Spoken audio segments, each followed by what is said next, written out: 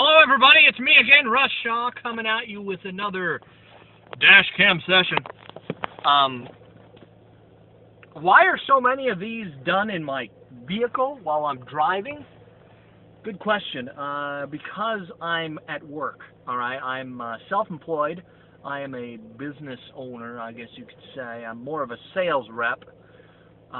What I do is I go to big companies. I sell bulks of pizza to large companies. I'm not like a delivery guy.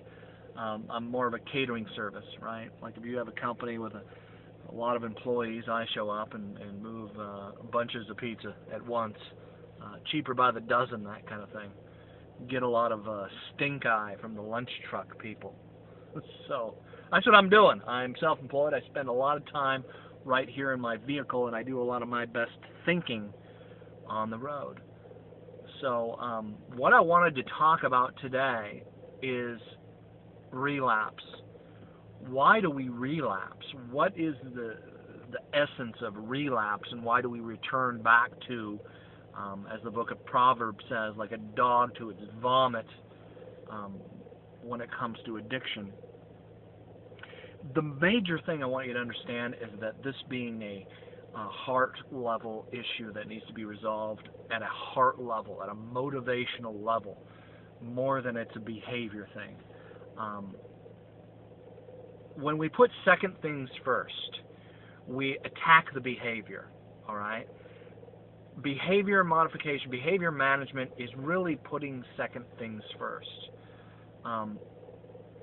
Putting first things first is going after your want-tos, not your shoulds and your ought-tos, right? C.S. Lewis said it best when he said, we don't get second things by putting second things first. We get second things by putting first things first.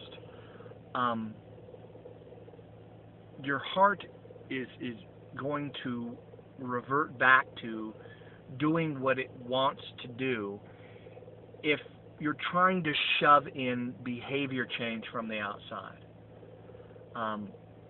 Basically what happens is your heart just, if it's just begrudging submission to doing something you have to do, ultimately your heart gets what it wants in the end. That's why, this shoving it in from the outside can work for a period of time, but ultimately if the heart doesn't change, the behavior doesn't change. If you change the heart, long-term behavior change happens because your want-tos change. Does that make sense? Jesus is God, all right? I know that's a very controversial thing to say. God created the world. He created the universe. God sits outside of time and space. They're His creation, all right? The creation isn't God. God's over here. He created these things for us to enjoy because He loves us. That's twoism. A lot of religions believe in this oneism, that the earth is God, that the water's God, that the air is God. No. God sits outside of creation, sits outside of time and space. I mean, the Bible says that. Psalms 113, God stoops down and looks into creation, right, into the universe. I love that language. It's true. Jesus Christ is God entering into His creation as the Son. Here in the States, in the United States, we have this reality show called Undercover Boss, and it's kind of a cool analogy to that, right?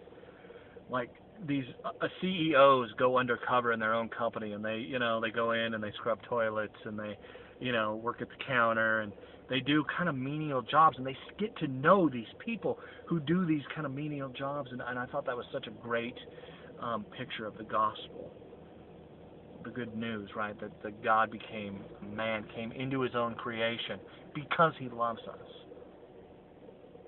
And then the religious people, the shoulds and ought-tos people, the behavior changing, you're not behaving right people, the shove it in from the outside people didn't like the way that Jesus was behaving and carrying on with the sinful people and running around talking about how He's God right? That's why they killed him.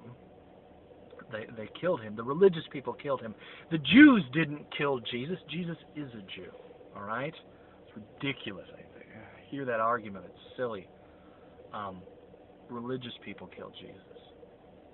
But to show that he was who he says he was, he is the authority. He came back 3 days later, right? I mean, there's a ton of historical evidence for that. If you look at just data, just first century data, you look at the first century and there's this massive amount of buzz. If you were to chart the data like a graph, it would be like this peak of human history where Jesus entered the scene.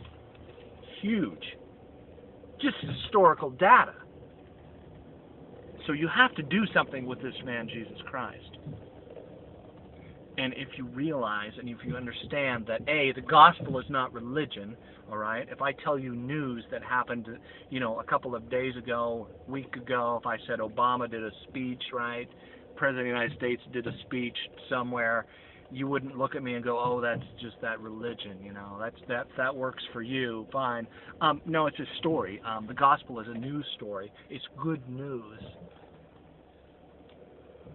Something that's happened historically. It's not religion. It'll change your heart. It'll change your heart, and your heart will change your behavior. It's true. I'm not here doing this because I'm some varsity guy with my behavior modification, because I'm some super disciplined dude. I'm not, man. I'm not. I understand Jesus. I understand now how much God actually loves me. Bye.